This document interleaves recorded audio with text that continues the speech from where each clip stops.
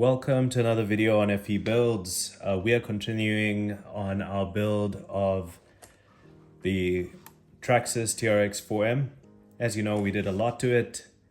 We changed the whole suspension, changed everything, but I wasn't so impressed with these shocks because these are simply spring shocks. They're not really dampening that much. It's almost like friction shocks in a nice cover. So we got some titanium shocks and some different wheels, different weights. One thing we did have a struggle with when we took this out is these wheels didn't grip on all different terrain. So we want to actually change that, and we'll have 3 sets of wheels, but we'll get to that. First things first is the easy part. And one challenge you have with the Trx4m is you want to capture, well, many people who buy this want to capture footage of it doing crazy things that people think it can't. So in order to do that, you need one hand to hold your phone and the other hand to steer and control your remote. And that involves doing a bit of a mod on the steering, the iRacing single hand steering controller. So we're going to do that right now. I'm going to just try and pull this Traxxas cover off. There we go. Comes off nice and easy. It's not stuck. And I believe this is built specifically to just fit. So I'm just gonna go gorilla style on this thing and just tear it apart and pull out what we need. Okay, I set the stuff to the side. I will store this in a nice safe place because I might use this at a later stage. But there we go. This is the most important part that we need. And we'll be placing that over there. The next parts that we need are these 3 small screws, 2 small ones the same size and a third one which is long, and you'll see why we need that long one, because it basically tightens the single-handed steering onto it. Sorry, I'm tearing this open gorilla style, but I want to do this quickly. It shouldn't take that long to do something this simple. So let's just quickly get the screws out and the last piece. So iRacing makes this piece to fit with Traxxas remotes. I'm not sure about other remotes if they release a model for them. I haven't checked, but I know for sure they released this for Traxxas remotes. Okay, so I know that screw goes in there, and now we're gonna just tighten that up. Do it as fast as possible.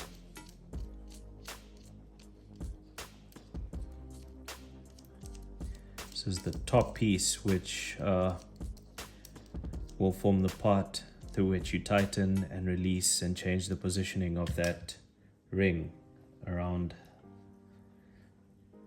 the controller, as you can see.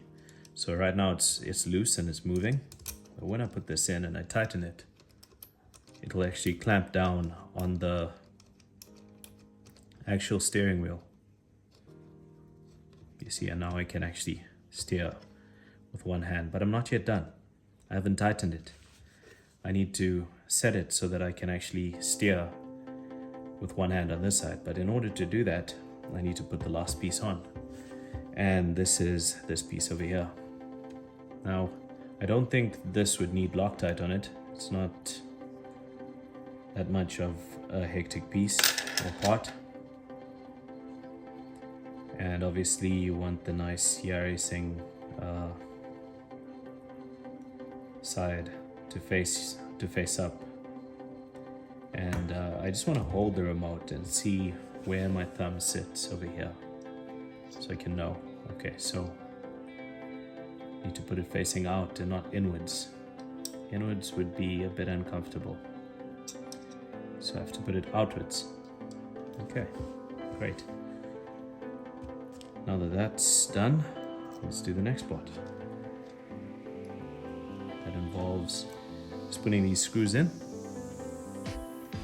And I'm not going to tighten them because I'm going to set it according to, so they're only just on, holding the piece in place. Once I find my comfort position, then I'll tighten them down. So It's only just on. You can still adjust it.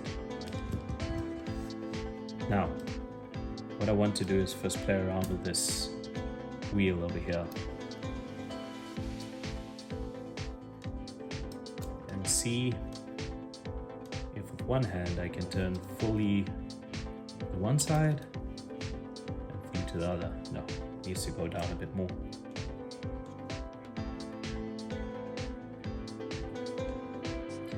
That might be a bit much. Yeah, might be a bit much.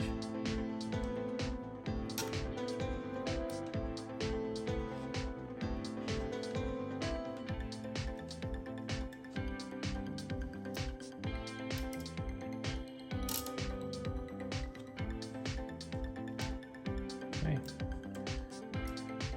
It's all about fine-tuning it.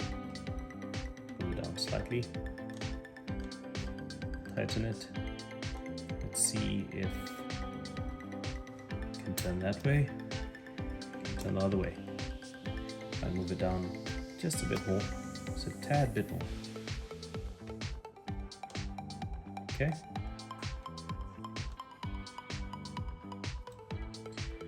Can turn fully that way, can turn fully that way. And I can hold the accelerator while doing that. Now that that's set, we're going to tighten this, tighten it down so that it doesn't come loose while I'm out on the track. Perfect. I think that's tight enough. I don't think it's going anywhere. Yep, it's gripped on nice and tight. Now, where does my thumb feel best, especially when I go up like this? Is it better inside?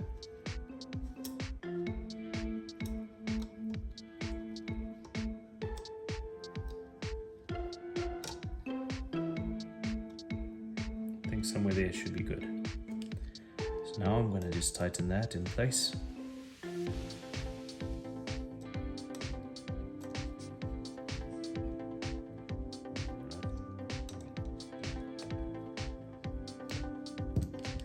Okay, and that is done. And the remote is done just there. 7 minutes and it's installed. It's perfect. Now it's a one-hand rig. I don't have to carry this everywhere I go.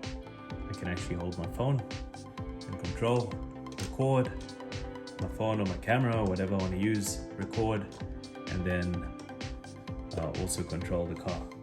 So that's part one done. Over to the next part. Okay, so the next problem we faced is this car has an extreme ability to climb, but when it comes to coming down, it's not that good because the car just basically with the low range gears, it just tumbles over because there's too much weight to the front. So instead of only having brass weights at the front, we're gonna have a set of tires where, so with the red ones, with the red tires, there's brass weights only at the front. And then we've got a black set of rims.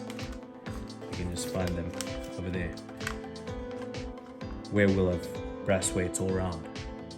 And that should give some weight to the back. So in the low range gear, hopefully, just hopefully, it'll hold the car from tumbling over forward. So we're going to do that next. Now these weights say that they are 31 grams each. I want to check that on the scale. I hope you can see the screen.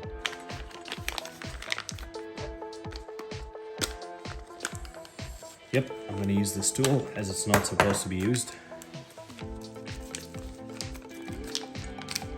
And just gorilla through this. There we go. There's one piece. Let's switch it on.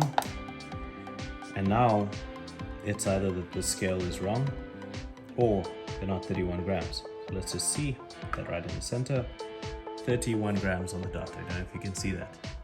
31 grams. I'm impressed.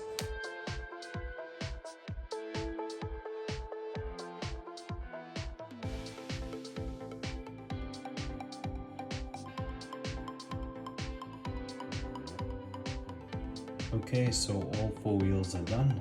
The weights are in all four. With regards to the Mickey Thompson tires, I haven't put any foams in them to replicate that deflated tire effect where you get more grip because you've deflated it.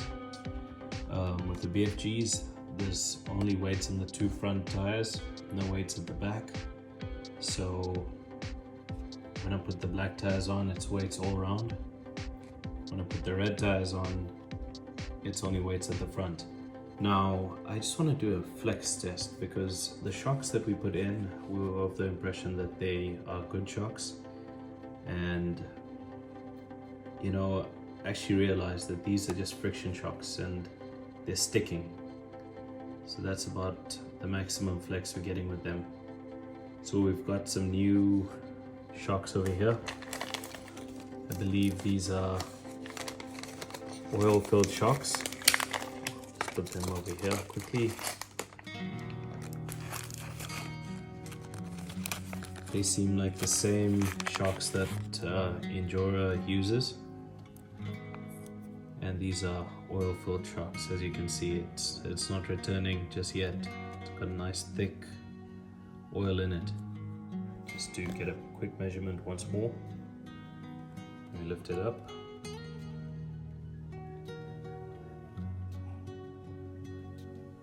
It's about that much flex before the tire at the front lifts off the ground.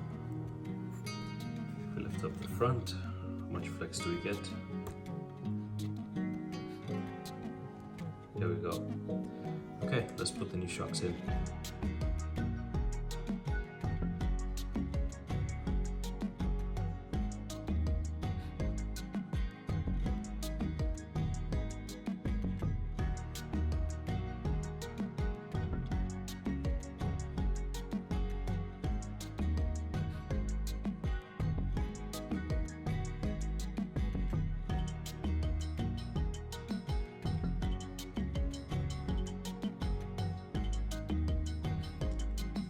Putting on all 4 Mickey Thompson tires, and let's see how much it comes to. 193 grams.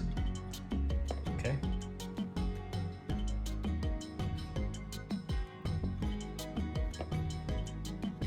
$150 grams. 155 grams. Now what I'll do next is just put one big horn, one Mickey Thompson. Okay, so that's 39 grams for one big horn. One Mickey Thompson, 48 grams. The rear BF Goodrich, 23 grams. The front BF Goodrich, 51 grams.